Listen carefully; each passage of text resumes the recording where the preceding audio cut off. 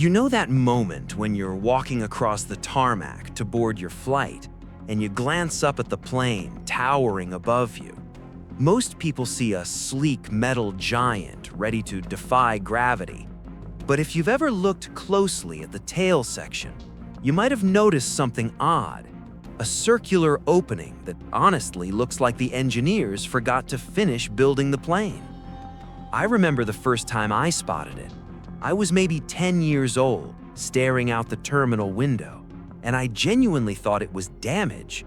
Like, shouldn't someone fix that before we take off? But here's what makes this even stranger.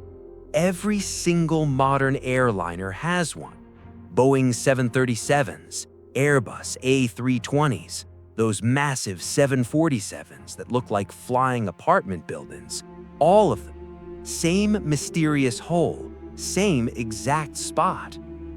That little opening is actually your window into one of the most underrated systems in aviation. A system so critical that without it, the airplane you're about to board, all 80,000 kilograms of it, the weight of about 50 cars stacked together, would struggle to even turn on its engines.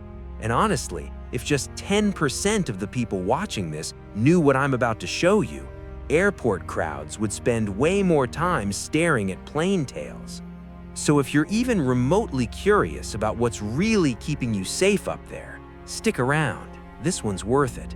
So what's hiding behind that mysterious opening?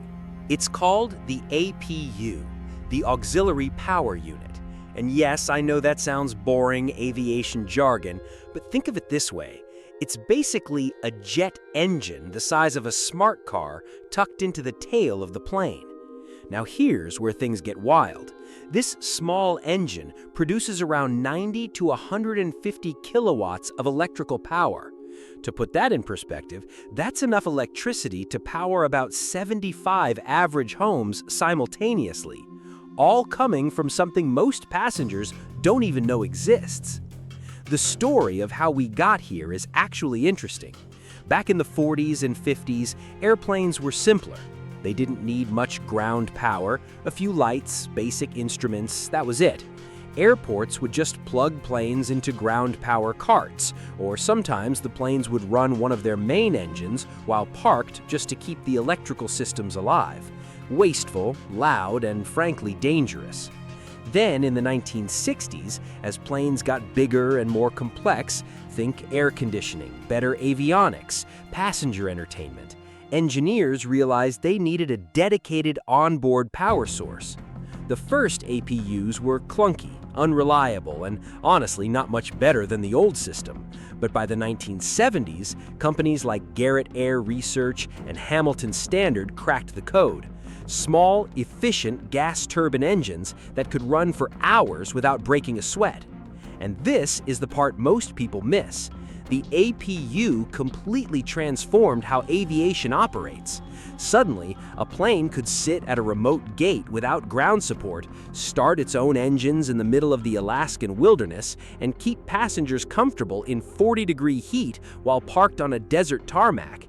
It made aviation truly independent. The APU runs on the same jet fuel as the main engines, which means it's completely self-sufficient. The plane doesn't need to be plugged into ground power like some oversized laptop. It doesn't need a truck parked next to it pumping in air. It can sit on a remote taxiway in the middle of nowhere and still keep itself alive. And look, I've spent way too many hours researching this stuff because aviation engineering genuinely fascinates me. If you're the kind of person who also geeks out over how things actually work, the stuff hiding in plain sight, go ahead and hit that subscribe button because we're just getting started and there's so much more hiding in these machines than you'd think. Now you might be wondering, why stick it all the way back in the tail? Why not closer to the cockpit or under the wings where the big engines are?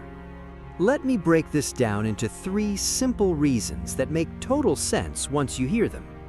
Reason 1, safety through separation. The tail is structurally separated from the passenger cabin and the cargo hold. If something goes wrong with the APU, a fire, a malfunction, whatever, it's isolated. the risk to people and cargo is minimized. Plus, the exhaust gases from the APU shoot straight out the back, away from the wings, away from the engines, away from anything critical. Imagine if that 600-degree exhaust was blasting near the fuel tanks under the wings. Yeah, bad idea. Reason 2, balance. Think of an airplane like a seesaw. Too much weight in the nose and the plane wants to pitch down. Too much in the tail and it'll struggle to stay level. The APU weighs anywhere from 400 to 700 kilograms, depending on the aircraft. That's about the same as a fully grown grizzly bear.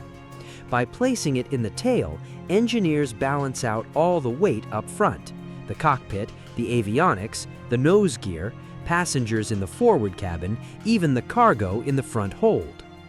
Reason 3, aerodynamics. Because it's tucked inside the tail cone, it doesn't disrupt the smooth airflow over the fuselage. The plane stays slippery and efficient. No drag, no turbulence. Just a small exhaust port that most people mistake for a design error.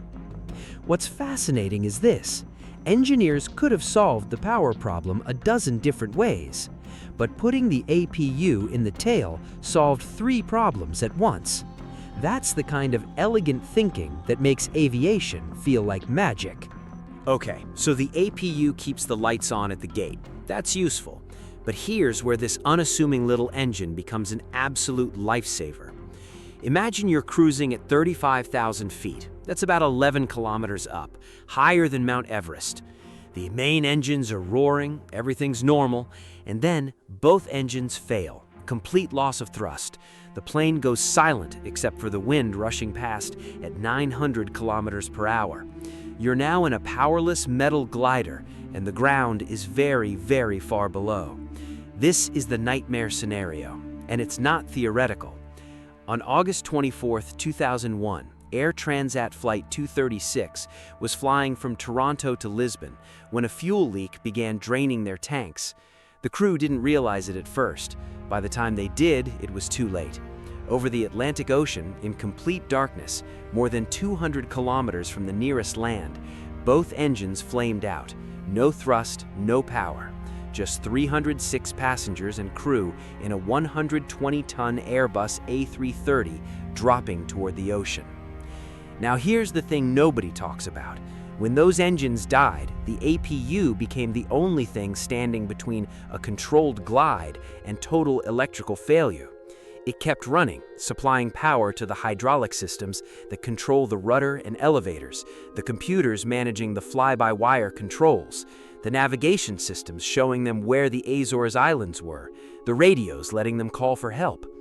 The pilots glided for over 19 minutes, covering 120 kilometers with no engine power, essentially flying a 120-ton paper airplane through the night, and they landed it on a military runway. Everyone survived. And get this, the APU itself only uses about 200 pounds of fuel per hour. In that emergency, it sipped fuel while keeping the entire electrical system and hydraulic system alive, long enough to save 306 lives.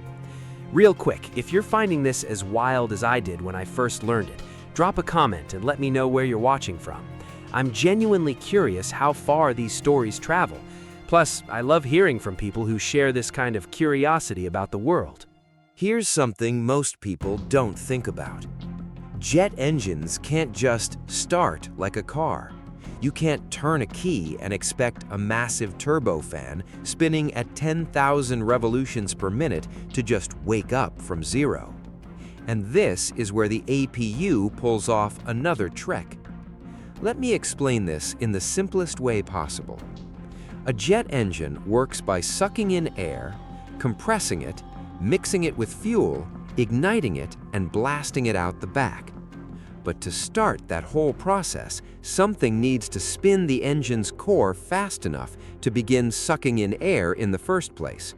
It's like trying to start a fire. You need that initial spark and airflow.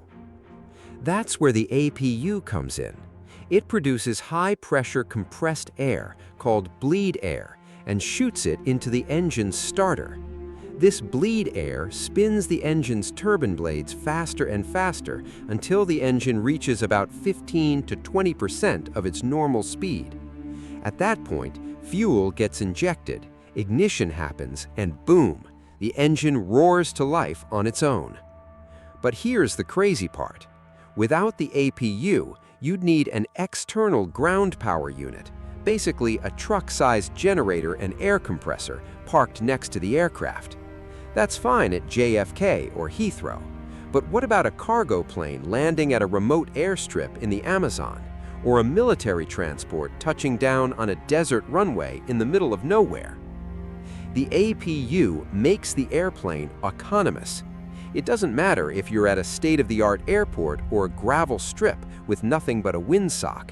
As long as you've got fuel, that plane can start itself, power itself, cool itself, and prepare for flight without relying on a single piece of external equipment.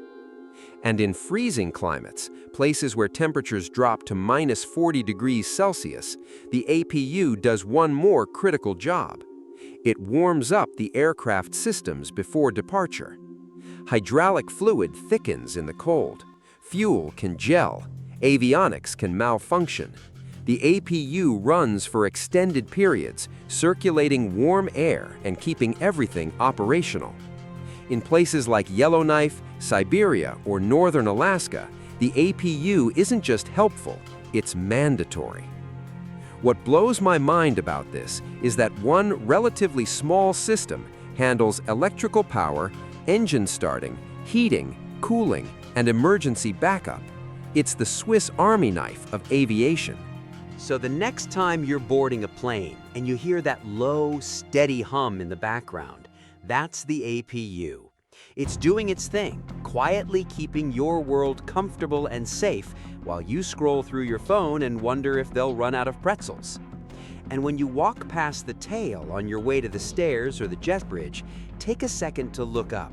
That circular opening, usually about 30 to 40 centimeters across, isn't a flaw. It's a portal into a system that's been refined over decades, tested in the harshest conditions imaginable, and trusted to keep millions of passengers safe every single day.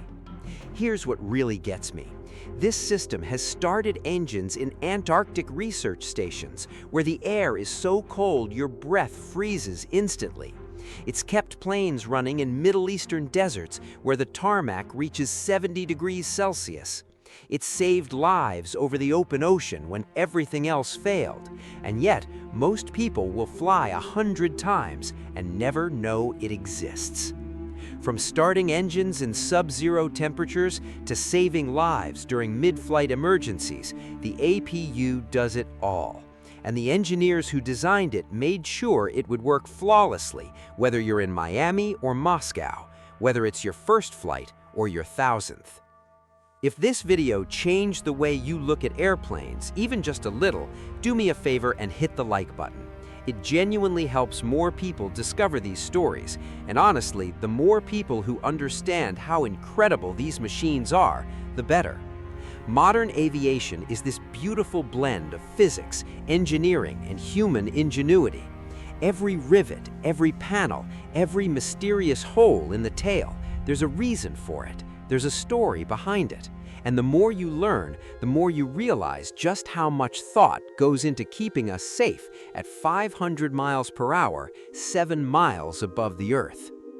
So if you want to keep pulling back the curtain on aviation, if you want to understand the systems, the stories, the close calls, and the triumphs, go ahead and subscribe. And right now, there's a playlist on your screen with more deep dives just like this one. Click on it, pick a video that sounds interesting, and let's keep learning together. Thanks for watching. I'll see you in the next one.